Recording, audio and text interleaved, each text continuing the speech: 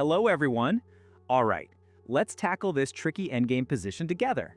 White's sitting pretty with two pawns marching in this direction, while Black's got a bishop and king combo trying to throw a roadblock party and stop those pawns from reaching promotion. Here's the catch. White has exactly one winning move here. Everything else, draw. So I'm challenging you right now. Pause the video and hunt for that winning move. Okay, welcome back. Let's explore why the obvious moves fail, shall we? What if we just barrel forward with e7, forking the king and bishop? Looks tasty, right? Well, Black's absolutely thrilled to throw their bishop under the bus for those pawns, and boom, it's a draw. And it makes zero difference if we ignore that bishop and shove f7 instead. Black can just shuffle their bishop to literally any square and sacrifice it for this pawn whenever they feel like it. So e7 is off the table. All right, how about f7 then? Nope. Black responds with king d7, and that pawn's toast. If we try king g8, Black calmly slides their bishop to safety, bishop to h6. Now the bishop's guarding the promotion square, the king will munch this pawn, and yeah, White's not winning this one. Okay, what about king to g8, threatening the bishop while potentially babysitting this pawn up the board? Black counters with king to e8. Now if we play f7, well, we've been down this road before. King goes e7, gobbles up this pawn, and the bishop relocates to blockade the remaining pawn from promoting.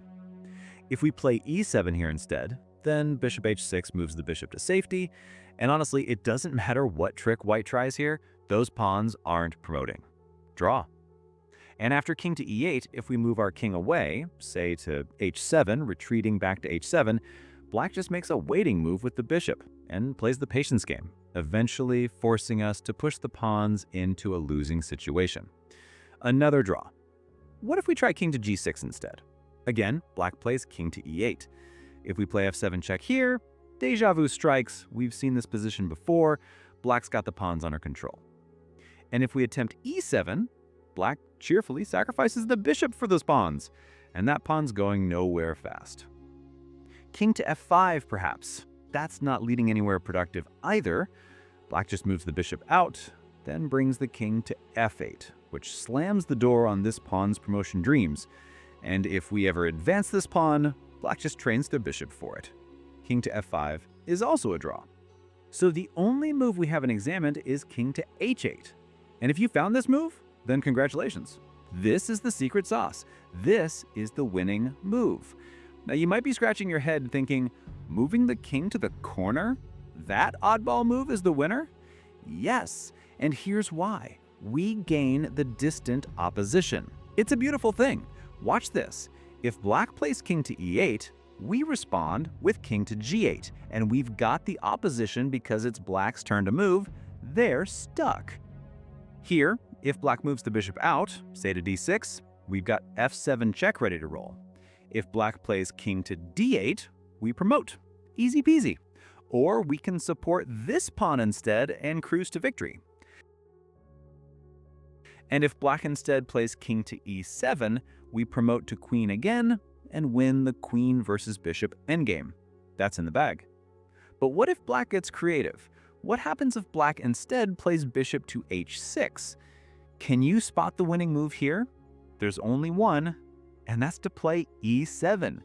Now, if Black moves the king, well, Black's only got one square, king to d7, we play king to f7 and we'll promote this other pawn and win. So Black has to do something with the bishop. And now with the pawn planted on e7, we've stolen the f8 square away from the bishop, so Black can only scurry somewhere along this diagonal, say, for example, to g5. In this position, we unleash f7 check. King takes on e7, and we promote the queen and seal the deal. But what if Black doesn't play king to e8, but instead moves the bishop, for example, to h6? Then we play king to g8, supporting this pawn's journey up the board. If Black plays king to e8 here, we've already seen this variation. We play e7 to yank away the f8 square from the bishop. If Black plays, I don't know, bishop to g5, then we've got e7 check, king e8, and then we can slam f7 check and we're winning. And if Black moves the bishop along this diagonal, we respond with king to g8 again. Yep, we've walked through this variation before with king to e8. We start bulldozing this pawn forward, and we win. And if black makes some waiting move with the bishop, we push the f-pawn again. Doesn't matter what black does here. King takes on f7 is just an easy victory. Black cannot prevent the promotion of this pawn. Well, technically they can by sacrificing the bishop, but then obviously we'll promote the next pawn, 6 of one, half dozen of the other. Let's walk through it one more time nice and clear. The winning move was king to h8. If black played king to e8, we had king to g8. And here, it doesn't matter where black shuffles the bishop. If bishop to h6, then we had e7, stealing that crucial square away from the bishop, so black can now only escape to this diagonal here. We play f7 check, and we're winning this thing. If you found king to h8, or if you discovered this e7 move later, when the bishop landed on h6, let me know in the comments. I'd love to hear about your solving process.